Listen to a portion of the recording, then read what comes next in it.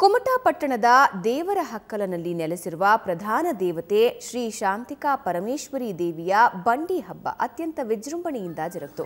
ಉತ್ತರ ಕನ್ನಡ ಜಿಲ್ಲೆಯಲ್ಲಿಯೇ ನಡೆಯುವ ಬಂಡಿ ಹಬ್ಬಗಳಲ್ಲಿ ಶಾಂತಿಕಾ ಪರಮೇಶ್ವರಿಯ ಬಂಡಿ ಹಬ್ಬ ಅತ್ಯಂತ ಪ್ರಸಿದ್ಧಿ. ಬಂಡಿ ಹಬ್ಬದಲ್ಲಿ ಸಾವಿರಾರು ಭಕ್ತರು ಭಾಗಿಯಾಗಿ ದೇವಿಯ ಕೃಪೆಗೆ ಪಾತ್ರರಾದರು.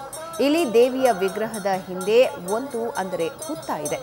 ದೇವಿಯ ಮೂಲ ಮೂರ್ತಿ ಇದೇ ಹುತ್ತದಲ್ಲಿದೆ. ಭಕ್ತರ ಪೂಜೆ ಪುನಸ್ಕಾರಗಳಿಗೆ ದರ್ಶನಕ್ಕೆ ಅನುಕೂಲವಾಗಲಿ ಅಂತ ಇತ್ತೀಚೆಗೆ ಹೊಸ ಮೂರ್ತಿಯನ್ನ ಸ್ಥಾಪಿಸಲಾಗಿದೆ. ಕೊನೆಯ ದಿನವಾದ ನಿನ್ನೆ ದೇವರ ಗಣಗಳನ್ನ ಹೊತ್ತ ವೈದಿಕರು ಕೊಂಡ ಹಾಯ್ದರು.